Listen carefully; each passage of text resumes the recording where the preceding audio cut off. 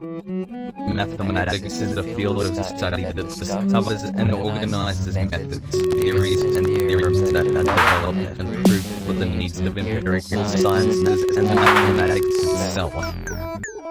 There are many areas of mathematics, which include number theory, the study of numbers, algebra, the study of formulas and related structures, geometry, the study of shapes and spaces that is analysis, the study of continuous changes, and set theory, presently used as a foundation for mathematics. Mathematics involves the description and manipulation of abstract objects that consist of abstractions from nature or, in modern mathematics, purely abstract entities that manipulated have certain properties called axioms. Mathematics uses theories and prove properties of objects, a proof consisting of a succession of applications of deductive rules which already is established results.